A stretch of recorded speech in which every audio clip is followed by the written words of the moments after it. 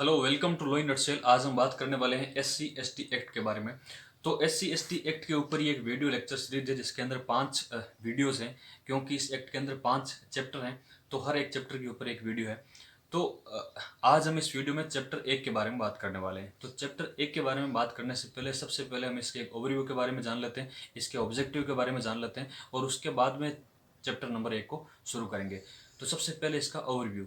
इस एक्ट का पूरा नाम क्या है? इस एक्ट का नाम है the scheduled caste and the scheduled tribes prevention of atrocities act 1989। Prevention of atrocities का मतलब होता है कि उनके खिलाफ जो भी अत्याचार हो रहे हैं उनको रोकने के लिए कानून बनाया गया है। ठीक है। इस एक्ट का जो दूसरा नाम है वो है एक्ट नंबर 33 ऑफ 1989। इसका मतलब है कि 1989 में बहुत सारे एक्ट बने थे, उसमें से ये 33 नंबर पे था, इसलिए इसका नाम है एक्ट नंबर 33 ऑफ 1989। ये जो एक्ट इनेक्ट हुआ था ये 11 सितंबर 1999 को हुआ था और ये एक्ट केम इनटू फोर्स, ये इफेक्ट में कब आया था? यह आया था 30 जनवरी 1990 को। ठीक है। तो इस एक्ट के अंदर टोटल 5 चैप्टर है और इस एक्ट में 23 सेक्शन है और एक शेड्यूल दी हुई है। ठीक है। तो ये तो हो गया इसका एक ओवरव्यू। अब हम बात करते हैं इसके ऑब्जेक्टिव के बारे में। जब चैप्टर 1 शुरू होता है उससे जस्ट पहले जो 7-8 लाइनें दी हुई है उसमें से इसका ऑब्जेक्टिव निकल के आता है। इसका जो फर्स्ट ऑब्जेक्टिव ये है कि जो भी SC/ST के मेंबर के खिलाफ जो भी ये जो एट्रोसिटीज होती है, जो भी इनके खिलाफ ऑफेंस होते हैं उनको रोकने के लिए, उनको प्रिवेंट करने के लिए। दूसरा ये है कि स्पीडी ट्रायल के लिए स्पेशल कोर्ट और जो एक्सक्लूसिव स्पेशल कोर्ट है उनको इस्टेब्लिश करना। और तीसरा ये है कि इस एक्ट के जो भी विक्टिम है उनको रिलीफ देना और रिहेबिलिटेट करना। रिहेबिलिटेट का मतलब होता है कि उनके अगेंस्ट में ऑफेंस होने से जस्ट पहले उनकी जो नॉर्मल लाइफ थी उनमें उनको वापस लेके आना, उसी को ही रिहेबिलेशन बोलते हैं। ठीक है। तो ये हो गए इसके 3 ऑब्जेक्टिव। अब हम बात करते हैं चैप्टर 1 के बारे में। चैप्टर 1 के अंदर 2 सेक्शन है, सेक्शन नंबर 1 और सेक्शन नंबर 2। सेक्शन 1 बात करता है शॉर्ट टाइटल, एक्सटेंट और कमेंसमेंट की। इसका जो शॉर्ट टाइटल है वो इसका नाम ही इसका शॉर्ट टाइटल है the scheduled caste and the scheduled tribes prevention of atrocities act 1989। अब इसका एक्सटेंट के बारे में बात करें तो इसका एक्सटेंट होल ऑफ इंडिया के अंदर है। ठीक है। तो 2019 से पहले जब Jammu and Kashmir reorganisation act, ये जो 2019 वाला नहीं आया था, इससे पहले इसमें लिखा हुआ था whole of India except Jammu and Kashmir. लेकिन जब से ये 2019 वाला एक्ट आया है उसके बाद में एक्सेप्ट जम्मू एंड कश्मीर को हटा दिया और अब सिर्फ और सिर्फ द होल ऑफ इंडिया बाकी रहा है। इसका मतलब कि पूरे इंडिया के अंदर ये एक्ट है वो लागू होगा। ठीक है। कमेंसमेंट के बारे में बात करें तो कमेंसमेंट में जो इसका है वो 30 जनवरी 1990 इसका कमेंसमेंट की डेट है। ठीक है। अब हम बात करते हैं सेक्शन नंबर 2 के बारे में। सेक्शन नंबर 2 है इसका जो डेफिनेशन क्लोज है और ये क्लोज ए से लेकर के क्लोज एफ तक इसमें डेफिनेशन दी हुई है। तो सबसे पहले हम बात करते हैं क्लोज 1 के बारे में। क्लोज 1 में वर्ड एट्रोसिटी डिफाइन किया हुआ है। इसका मतलब होता है कि जो इस एक्ट के सेक्शन नंबर 3 में, मतलब जो भी ऑफेंस है जो कि इस एक्ट के सेक्शन नंबर 3 में पनिशेबल है उसको हम एट्रोसिटी बोलेंगे। ठीक है। तो आपको सेक्शन 3 में जाकर देखना होगा कि कौन कौन सी एट्रोसिटी दी हुई है, तो उसके बाद में आप इसको पूरा समझ सकते हैं। लेकिन यहाँ पे सिर्फ इतना दे रखा है कि जो भी ऑफेंस सेक्शन 3 के अंदर पनिशेबल होंगे वो एट्रोसिटी के अंदर आएंगे। ठीक है। अब हम बात करते हैं क्लोज बी के बारे में। क्लोज बी में वर्ड कोड दिया हुआ है, CODE। कोड का मीन, जहाँ पे भी वर्ड कोड दिया हुआ है इस एक्ट के अंदर तो उसका मीनिंग निकाला जाएगा कि CRPC से, मतलब क्रिमिनल प्रोसीजर कोड का ही को ही यहाँ पे कोड बोला गया है। ठीक है। अब हम बात करते हैं क्लोज बी के बारे में। क्लोज बी के अंदर वर्ड डिपेंडेंट को डिफाइन किया हुआ है। डिपेंडेंट का मतलब होता है विक्टिम के स्पाउस या पेरेंट्स, चिल्ड्रन और उसके ब्रदर एंड सिस्टर। स्पाउस का मतलब होता है जैसे कोई हस्बैंड है तो उसकी वाइफ उसका स्पाउस होगी, और यदि कोई ऑफेंस वाइफ के साथ हुआ तो उसका स्पाउस हस्बैंड होगा। तो इसमें जेंडर कोई स्पेसिफाई नहीं है कि वो हस्बैंड होगा वाइफ होगा, लेकिन कोई भी विक्टिम होता है, यदि हस्बैंड है तो वाइफ और वाइफ है तो उसका हस्बैंड। तो स्पाउस का मीनिंग ये होता है। तो उसका स्पाउस, ब्रदर एंड सिस्टर, उसके पेरेंट्स और उसके चिल्ड्रन, ये प्लस ये जो भी इस विक्टिम के साथ में रिलेशन है ये उसके ऊपर, विक्टिम के ऊपर होली या फिर मेनली इनके ऊपर डिपेंडेंट होने चाहिए। यदि ये उसके सपोर्ट या मेंटेनेंस के ऊपर डिपेंडेंट है उस विक्टिम के, तभी जाकर वो डिपेंडेंट की कैटेगरी में आएंगे। तो सिर्फ रिलेशन होने से कुछ मतलब नहीं होता है, वो विक्टिम के ऊपर डिपेंडेंट भी होने चाहिए। जैसे कि कोई ब्रदर है उसका, तो ब्रदर यदि वो अपने घर से अलग हो रखा है और वो अपना खुद का फाइनेंशियल मैटर वगैरह सारा देखता है, वो और वो खुद के ऊपर ही डिपेंडेंट है, तो वो यहाँ पर डिपेंडेंट की कैटेगरी के अंदर नहीं आएगा। ठीक है, तो सबसे पहले तो ये रिलेशन होना चाहिए, या तो स्पाउस होना चाहिए उसका, या फिर उसका ब्रदर सिस्टर में से कोई होना चाहिए, या पेरेंट्स होने चाहिए, या फिर कोई उसका चिल्ड्रन होना चाहिए, और प्लस वो विक्टिम के ऊपर होली या फिर मेनली उसके ऊपर डिपेंडेंट होना चाहिए। ठीक है, अब हम बात करते हैं BC के बारे में। BC बात करता है इकोनॉमिक बॉयकॉट के बारे में।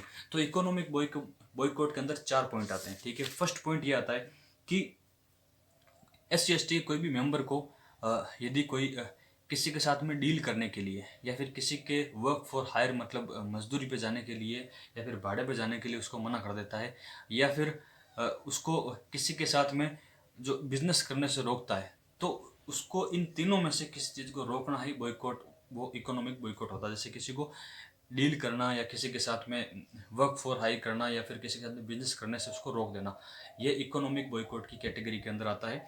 अब इसका दूसरा पॉइंट है, दूसरा पॉइंट ये है कि जो भी उसको अपॉर्चुनिटीज़ मिलती है, जैसे कोई सर्विस का फ़ायदा लेने के लिए एक्सेस टू सर्विस, या फिर कॉन्ट्रेक्चुअल अपॉर्चुनिटीज़ होती है, जैसे कि उसको वो रेंडरिंग सर्विस फॉर कंसिडरेशन, मतलब अपनी सर्विस देता है ताकि उसको सामने से पैसा मिल सके।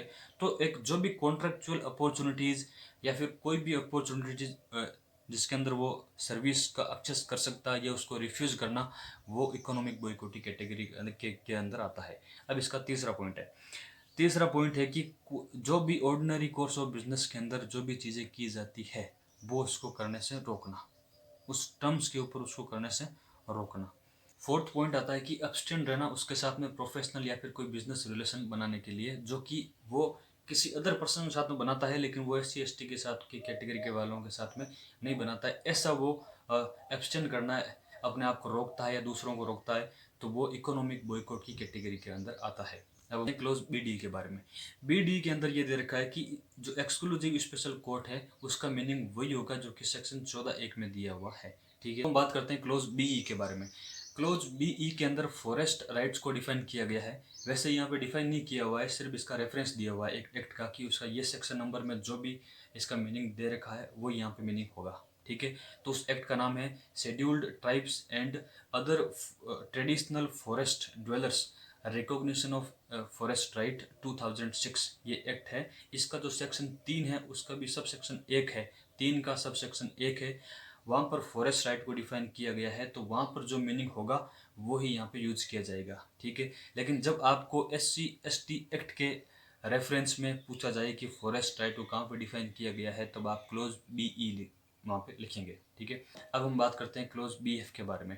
क्लोज BF के अंदर जो मैनुअल स्कैवेंजर वर्ड है उसको डिफाइन किया गया है, तो इसको भी यहाँ पे डिफाइन नहीं किया गया है, सिर्फ एक एक्ट का नाम दिया हुआ है, उसका सेक्शन दिया हुआ है, तो जो वहाँ पे मीनिंग होगा उसका ही वही मीनिंग यहाँ पे यूज किया जाएगा। लेकिन जब आपको SC ST एक्ट में पूछेंगे तब आप वहाँ पे BF यूज करेंगे। तो मैनुअल स्कैवेंजर है जो prohibition of employment as manual scavenger and their rehabilitation act 2013 है, उसका सेक्शन 2 है, उसका भी सब सेक्शन 1 है और उसका क्लोज G है। तो 2 के सब सेक्शन 1 में क्लोज G के अंदर जो मैनुअल स्कैवेंजर का मीनिंग दे रखा है वो ही मीनिंग यहाँ पे यूज किया जाएगा। ठीक है, अगला आता है BG में वर्ड पब्लिक सर्वेंट को डिफाइन किया गया है।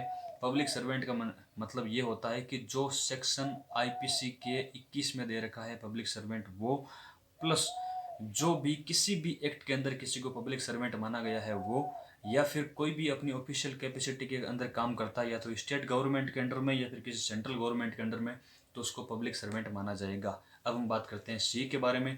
C बात करता है शेड्यूल कास्ट और शेड्यूल ट्राइब को डिफाइन करता है, और यहाँ पे ये दे रखा है कि आर्टिकल 366 जो कॉन्स्टिट्यूशन का है उसका क्लोज 24 जो कि SC को डिफाइन करता है, और क्लोज 25 जो कि ST को डिफाइन करता है, वो ही यहाँ पर इसका वहाँ पर जो मीनिंग दिया हुआ है वो ही यहाँ पे यूज किया जाएगा। जब हम आर्टिकल 366 के क्लोज 24 और 25 में जाते हैं, तब 24 और 25 में ये दिया हुआ है कि जब आप 341 और 342 पढ़ेंगे तब जाकर के आपको वहाँ पे SC ST का मीनिंग आपको समझ में आएगा। और वहाँ पे ये लिखा हुआ है कि प्रेसिडेंट कोई भी स्टेट या फिर यूनियन टेरिटरी के अंदर जो भी पर्सन रहते हैं या फिर कोई भी ट्राइब्स रहती है या ग्रुप ऑफ पीपल रहते हैं, तो उनको SC या ST का दर्जा दे सकते हैं, उनको नोटिफाई कर सकते हैं गजट में, ठीक है। और इसमें पार्लियामेंट को भी बोला गया है कि वो भी इंक्लूड कर सकती है और एक्सक्लूड कर सकती है, लेकिन आपको सिर्फ SC और ST कि इस एक्ट के पर्पज से आपको ये याद रखना है कि ये सी के अंदर दिया हुआ है, और सी में ये दिया हुआ है कि 366 के क्लॉज 24 और 25 में इसको डिफाइन किया गया है, शेड्यूल कास्ट और शेड्यूल ट्राइब को, ठीक है। SC क्लॉज 24 और ST को क्लॉज 25 के अंदर, ठीक है। अब हम बात करते हैं क्लॉज D के बारे में। क्लॉज D में स्पेशल कोर्ट को डिफाइन किया गया है, और उसमें ये लिखा हुआ है कि जो सेक्शन 14 में दिया हुआ है स्पेशल कोर्ट, वही स्पेशल कोर्ट होगा। और अगला है ई बात करता है स्पेशल पब्लिक प्रोसिक्यूटर, जो कि सेक्शन 15 में दिया गया है, वही यहाँ पे स्पेशल पब्लिक प्रोसिक्यूटर होगा। और फिर आता है ई ए के अंदर शेड्यूल दिया गया है कि शेड्यूल का मतलब होगा जो इस एक्ट के पीछे लगी हुई है, जो शेड्यूल है उसका शेड्यूल का मतलब वही शेड्यूल होगी, ठीक है। और फिर आता है ई बी के अंदर सोशल बॉयकॉट आता है। जैसे हमने BC के अंदर इकोनॉमिक जो बॉयकॉट देखा था, अब इसका सोशल बॉयकॉट का यहाँ पे डिफाइन किया गया है। सोशल बॉयकॉट का मतलब होता है कि कोई भी कस्टमरी सर्विस होती है, वो SC ST का व्यक्ति किसी दूसरे को ना तो दे सकता है ना उनसे ले सकता है। तो कस्टमरी जो सर्विस होती है उसको उसको एब्सटेन करना, कस्टमरी सर्विस ये रेंडर करने से या फिर उससे लेने से सामने वाले व्यक्ति से, ठीक है। या फिर किसी व्यक्ति को सोशल रिलेशन उनके साथ में बनाने से रोकना, या फिर खुद उनके साथ में सोशल रिलेशन नहीं बनाना, उनसे बात नहीं करना, या फिर उनको अपने पास नहीं आने देना, मतलब ऐसी कुछ चीज़ें, ठीक है। और उनको आइसोलेट करना अदर पर्सन के साथ में। तो ये 3 चीज़ें ही सोशल बॉयकॉट के अंदर आती है कि कस्टमरी सर्विस का यूज़ नहीं कर देना, और उनको आइसोलेट कर देना, और उनके साथ में सोशल रिलेशनशिप नहीं बनाना, ठीक है। तो EC क्लोज के बारे में बात करते हैं, जिसमें विक्टिम वर्ड को डिफाइन किया गया है। विक्टिम कौन होता है? जो कि SC ST कैटेगरी का मेंबर होता है, जो कि सफ़र करता है या एक्सपीरियंस करता है फिजिकल, मेंटल, इमोशनल, साइकोलॉजिकल या फिर कोई भी मॉनेटरी हार्म, या फिर उसकी प्रॉपर्टी को हार्म। और ये क्यों होता है? इस एक्ट में जो ऑफेंस दिया गया है, उस ऑफेंस के होने से ये उसको हार्म होता है, और वो SC ST कैटेगरी का होना चाहिए, तो वो विक्टिम होता है। और इस विक्टिम में उसके लीगल हायर्स, उसके लीगल गार्जियन और उसके जो रिलेटिव्स होते हैं वो भी इसके अंदर इंक्लूड होते हैं। अब बात करते हैं हम सेक्शन ED के बारे में। ED बात करता है विटनेस के बारे में। विटनेस कौन होता है? विटनेस वो पर्सन होता है जो एक्विंटेड है फैक्ट्स या सर्कमस्टांसेस की।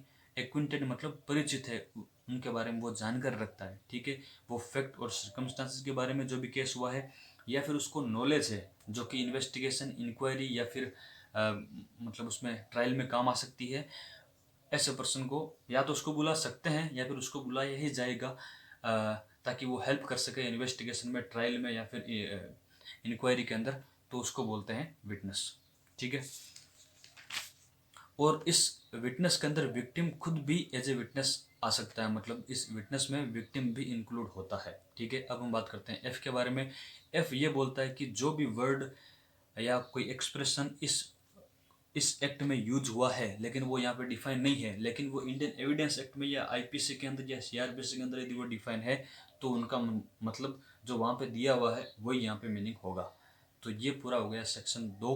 अब हम आगे आने वाले वीडियो के अंदर चैप्टर 2, 3, 4, 5 तक हम कवर करेंगे। Thank you.